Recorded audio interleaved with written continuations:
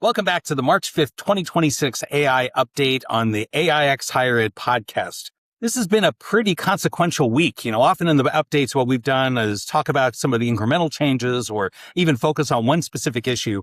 We thought it was really important this week to be able to talk about how big this week has been because of the ramifications of how many areas of society are impacted by some of these changing. It's certainly moving beyond some capability updates. It's not just can it do math a little bit better, but we've now gotten to the point where it's at the forefront of political discussions, certainly with the military, which we'll talk about in a couple of minutes, and some other political issues that are really going to come to the fore over the next 6 months with the midterm elections coming up.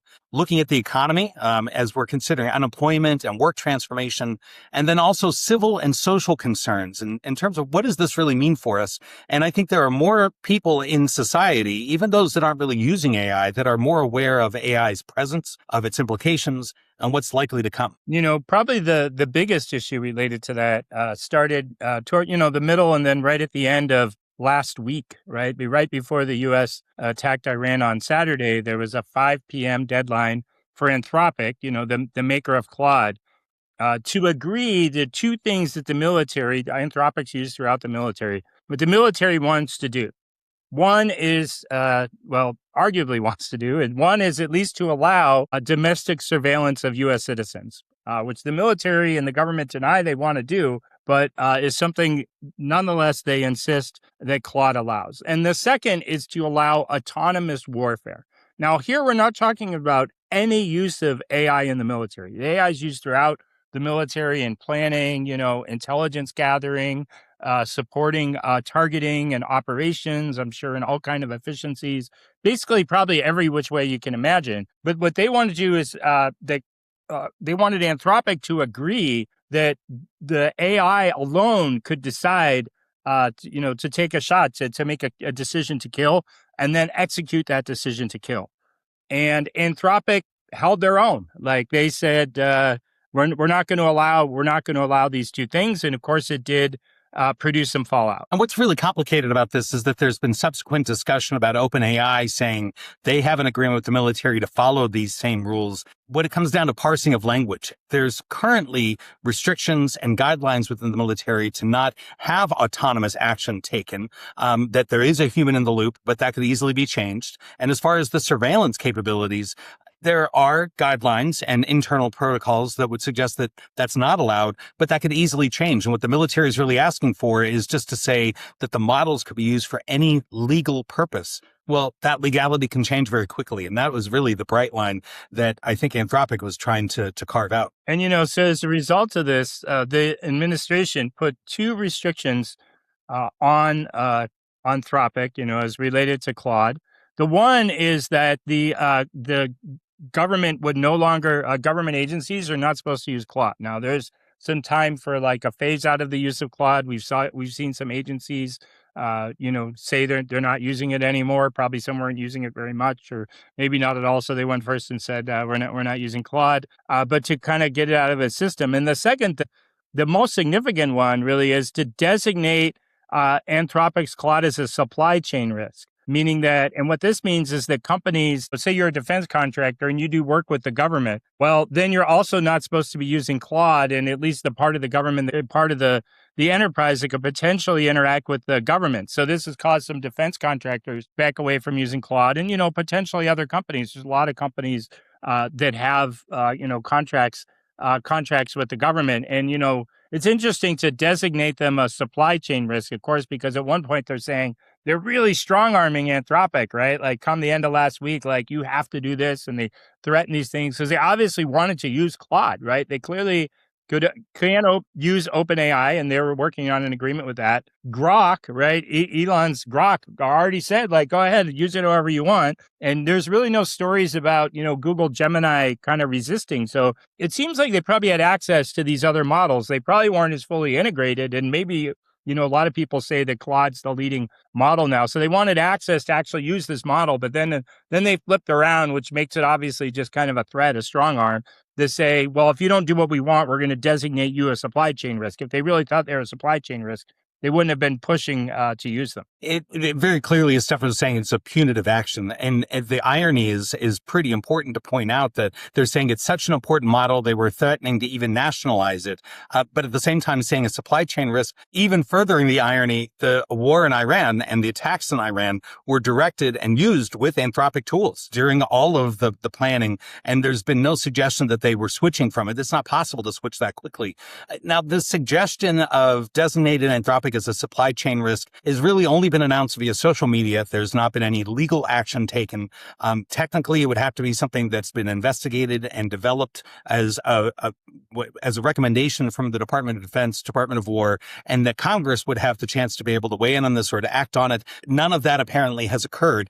It's not clear if that even will occur, but there's also the chilling effect of even if they don't officially designate it as supply chain risk, that it might discourage other companies from using it just because they're worried that what happens if the Department of Defense, the federal government says, wait a minute, are you using Anthropic? We just want to know if you're using it. Even if it's not officially a supply chain risk, it could be something that could be deterred in order to be able to get government contracts. And, there's a couple of, we're talking about the military thing. Think, well, hey, this is the AI higher education podcast. And, there's a couple of things we want to tease out, and we'll talk a little bit more at the end when we wrap up. But one of them is, human in the loop. We talk about this in education all the time. Oh, we don't want the AI to, be the only one. If you're using it to offer comments, you should review the comments. You shouldn't let it do all your grading. If you're using it to produce instructional materials or design with your syllabus, you got to be the human in the loop that kind of signs off on the final decision making. But here, one of the things they're arguing for is that we don't need the human in the loop. The AI can make the targeting decision, which it's already doing, and then make the decision to kill, essentially eliminating the human in the loop. And there's been a debate about this in the military for a while, even before the systems got more sophisticated, because they're basically saying, like, oh, well, the humans aren't going to be able to react that fast, right? You have a drone swarm coming at you. How can you make decisions about how to handle that? So, that's something that's relevant. The second, of course, surveillance is becoming really powerful, right? And not just in terms of society related to education, we should be building awareness of this. We should have built it, the awareness before generative AI, because there's tons of data being collected and sold about people. But also we need to think about like how we're also surveilling our students, right? We're trying to, catch, what kind of writing are they using? That writing detector is basically a form of surveillance. A lot of K-12 schools have these like e-hall passes. You follow the students all around, like where they're going, right? So, we're kind of people were so put off by this surveillance, potential surveillance by the government, but they weren't really thinking about like how the surveillance, just occurs in their everyday lives, including in education. And it did remind me of a quote. There's an article in Time magazine by Eric Brynjolfsson. It's really, the title is about AI and jobs, and it's largely about AI and jobs. But there's this, he says something at the end, which I think people are still underplaying. By 2050, the most important question about AI will not be what it can do, but who gets to decide what it does. And this is like one of the central points, right? That's in terms of kind of a big societal impact that's coming up. Did the government get to decide that the AI makes a decision autonomously to kill? I think everyone would probably agree that's a government decision at large, but now it's like just the military deciding that, right? There was discussion that was occurring like, okay, people in Congress are like, it's kind of a big deal. Like maybe Congress ought to be involved in this decisions. Obviously, if we want to make sure it's legal, have court involvement, right? So this is something the government is going to decide, but it probably shouldn't be decided, even though they're elected leaders, obviously in the executive branch, by just a handful of people. But just like education, how is AI going to be used in education? Who controls it there? Who controls it in the military? Who's making these decisions? This point about surveillance being really powerful, most of us probably assume that when they talk about generative AI being used in surveillance, it would be a new level of surveillance, a new type of surveillance. That's really not the broader concern. The concern is that you have all of the surveillance mechanisms in place now. Records of e-hall passes being used, materials you have on social media, information that's online, all of the data you have from tracking your device of wherever you are at any time. Before, we've had that data for a number of years, but it was very difficult to parse through it, to figure out what you could do with it, how you can combine it, or what you would be able to find in terms of results. Generative AI is able to take vast amounts of quantities of data and to be able to find results that you wouldn't have been able to find otherwise. And that was part of of Dario Amadre's concern is that we're dealing with capabilities that if you were allowed to look at current social media materials, for instance, before there was still some sense of privacy, if however limited, because it was difficult for somebody to piece it all together. Now with generative AI, it's possible to put all of that together. There was an article I read just earlier today that was talking about the ability of generative AI to be able to take somebody's anonymous social media account. And in 68% of the cases, it was able to identify who the person was with 90% accuracy. And that's an intentionally anonymous account, because it can then track through compared to other practices, other habits, other types of interactions that you might have. It can piece that together in a way that a human never would have had the time to be able to do. That surveillance is a really important concern. And the implication in education, of course, is that we are constantly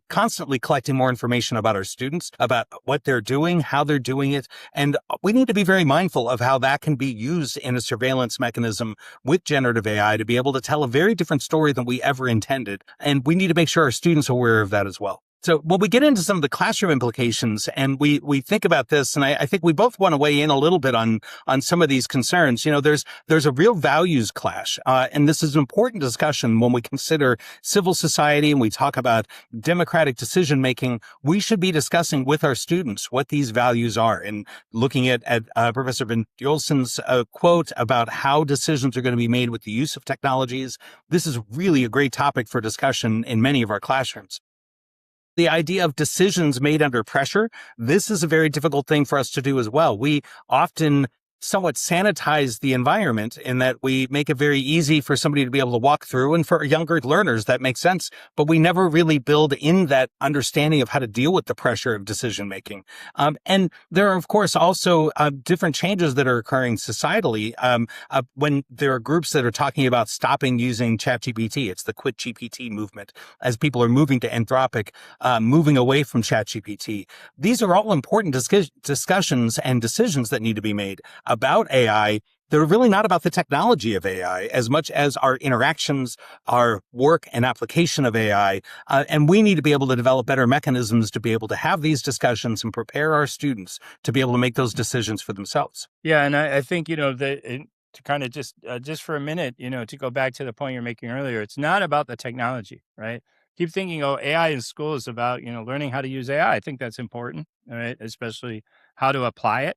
And we'll talk a little bit more about that on jobs, but to really we're going to be facing many challenging decisions in society, right? That involve clashes of values that have to be made under pressure, right? They told Dario Amodei at Anthropic, like, you've got till 5 p.m. on Friday to decide, right? So it's kind of like a real life thing. And then that's a decision that's kind of outside of your control, right? But it is within your control to decide, okay, and maybe I'll quit OpenAI, ChatGPT because they went along with the government and Anthropic didn't, right? So it's a personal decision that you're making. And, debate is obviously something that can help students think through those decisions. There are other ways to do it, other types of simulations.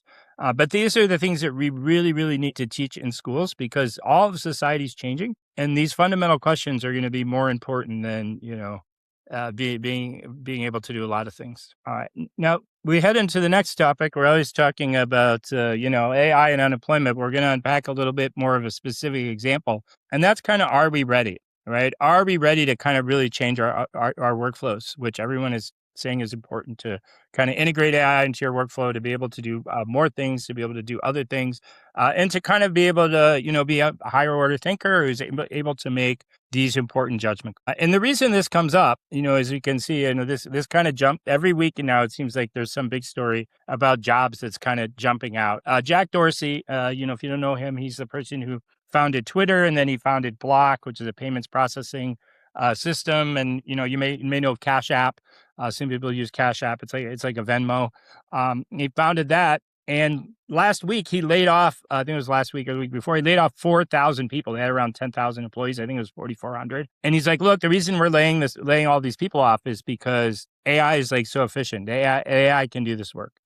And there's a little bit of debate whether it's fair to blame it all on AI, but at least some of it. So here's 4,000 people, highly educated people. It's not easy to get a job at Block doing what these people were doing, right? So they're highly educated. They have a lot of skills. They probably even have reasonable interpersonal skills. but their jobs are automated and they were let go. What's really, and when you try to unpack this, and what's important to try and figure out what this really means, is we look over the last year, and there have been a lot of stories about the difficulty of people coming out of college getting entry-level jobs, or people being laid off. And it's complicated because some companies were saying they had overhired during COVID. There were actually other factors at play. But we are seeing more explicit connections made between the layoffs or reductions in hiring and the introduction of AI into different processes. What is really important about this is not to think, well, that just means these jobs are gone, or it's not possible for students to get the jobs. But as Stefan was saying on the last slide, it's about integrating these AI workflows, learning how to do that in a sophisticated way so that your students, and maybe you, are one of the people that these companies do want to hire because you're able to work that much more efficiently and more effectively. Some of these companies are looking at the amount, the annual revenue rate per employee, and you're getting to the point where some of these companies have very few number of workers, just hundreds or a few thousand, and they're making billions of dollars. They might bring in $2 million of revenue a year per employee. And that's just astronomical compared to a previous model. This is going to become the new norm. And the reason that's possible is that when you integrate some of these AI workflows and you become that much more efficient, there's that much more productivity. There's another side to this. It's not just about reducing the number of workers in many cases. It's also about figuring out perhaps keeping the same number, even in some cases increasing the number of workers, that if they have those workflows, if they're able to work that efficiently, and if you have a company and you know that for each worker that you add for the next additional 1,000 workers, you're going to bring in an additional $2 million a year, you're not going to just think about decreasing, but you are going to be very careful about who you hire and how you're going to be integrating them into the work and thinking both short-term and long-term of what that's going to mean for the profitability of your company. This is a really complicated storyline that at first we all thought of as very simplistic. It's just AI is going to take jobs away. It's going to transform jobs. It already is transforming the nature of a lot of the work that's being done. And it's not as easy as saying it can just replace a worker, but it can certainly greatly increase the productivity of workers. And those workers that don't have that productivity boost are simply going to be left behind. And this is just kind of a brief quote, for some of the stuff we talked about. There's a guy named Zach Stanford. You can find his Substack. He works at Block. He was one of the people whose jobs was retained. But he just makes a simple point. He's like, hey, I know there's, different arguments as to why these people were let go. Maybe the company wasn't doing as well. Maybe they're overhired. There's automation. He's like, I know at least a chunk of this was from automation because I was helping automate some of these jobs. And he talks about the kind of the guilt, maybe a little bit related to that, but he also kind of just says it's inevitable, but we have to go beyond, the chatbot has helped me brainstorm to take this easy task, right? Make a repeatable system to develop kind of an entire workflow. And he talks about how the AI is probably going to be good for high agency individuals, which we've talked about before, but maybe not for some others, right? So he's really kind of talking about developing that agency across the board. And that's something we can do for our students. Yeah.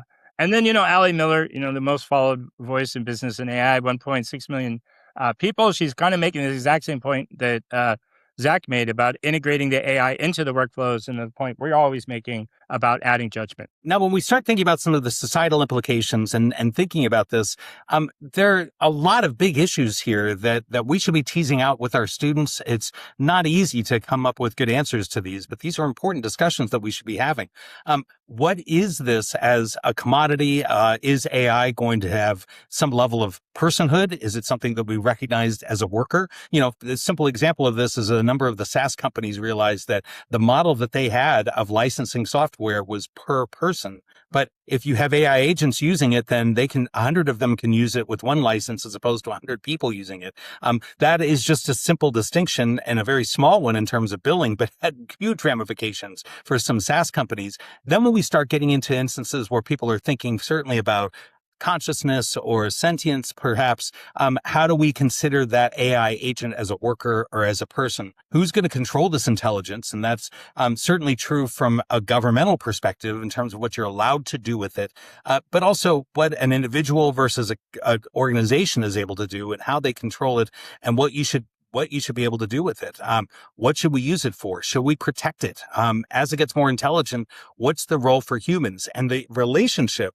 And we think about interpersonal communication. Now we're really thinking more about interpersonal and interagent communication. And that's a different kind of dynamic. while it's modeled after a lot of human to human interaction, there's a very different interaction there. There's a very different understanding. And so I've been very intrigued, for instance, when we think about how the way we communicate as humans has been influenced by our use of chatbots. And there have been a number of studies that have talked about that. How do humans then influence the direction of chatbots? How did chatbots and now agents and agentic AI change the way humans interact? And there's a really interesting interplay there that we need to make sure that we're having open discussions about and that we're aware of, because there are changes that are occurring. There are implications for the interactions that we have with these platforms, with these agents, with this type of agentic AI. And how do we manage that? We are going to see changes, but we should try to direct some of those changes in whatever way that we wish to. How do we protect that, and how do we decide, and who decides? All of that's really important. And, Sam Altman just had kind of this, they call it AMA, a discussion that he led, I think, on Twitter, X these days, about some of these fundamental questions, like who's control this? Are we, he kind of brings up the point, like, should we let governments control the most powerful technology maybe the world has ever seen, or should it be left to private industry, right? It seems like, okay, well, we intuitively, Anthropic shouldn't be forced by the government. People are making all kind of property rights arguments, free market arguments, right? All these types of things. They shouldn't, and then there's the little bit of the moral side of it, but government shouldn't be able to strong arm a company, right? As you were saying earlier, just to kind of get them to do what they want. But this is the most powerful technology, I think people agree, ever in human history. So we're just going to let private industry control that? People, once, I'm sure I'm sure probably in a year or two from now, the most powerful models that exist, you'll be able to run locally on your phone.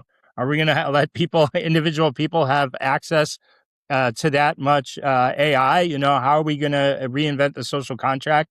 We do see like a lot of unemployment, which I think, everybody agrees is at least possible at this point, right? People are saying, okay, well, we don't know. Certainly it's going to produce a lot of unemployment even in the interim, but it might. So we should kind of start getting prepared, right? Just as if you say, okay, well, there's an 80% chance of a blizzard, right? Then you start preparing. You don't wait till there's definitely a blizzard before you make any preparation. So it's the same side of things, but these are huge questions that need to get addressed. And I kind of remember an article. It's like, well, if we don't talk about this, then other people are going to decide this fate, not for us. We're not going to be the ones, the decision makers. A lot of people, it's not just they don't even know what went on last week with Anthropic and the government. They don't really even understand the significance of it.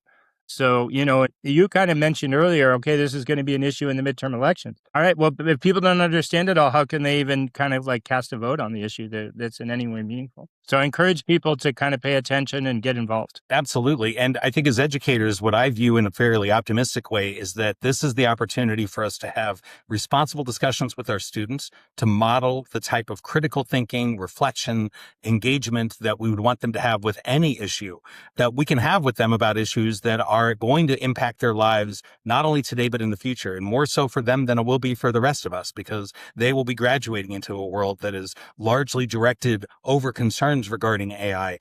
We can have those discussions now. It's no longer something that you would talk about in a technical setting or just in a computer science class. This just really brings to the front that we need to be talking about societal concerns, political concerns, societal concerns regarding AI. We need to stay on top of it so we can have the discussions, but it's an opportunity to model that for our students as well. Well, stay tuned. We'll have more of an update following next week, as well as some interviews coming up over the coming weeks that we're really excited to share with you. Thank you, Stefan, for this. There's a lot going on. I think it's important just to stay aware of many of the issues, not really having to get deep into the weeds, but we'll continue to bring you some of the issues that we think are important for educators to be aware of and to start talking about some of those implications. Yes, thank you.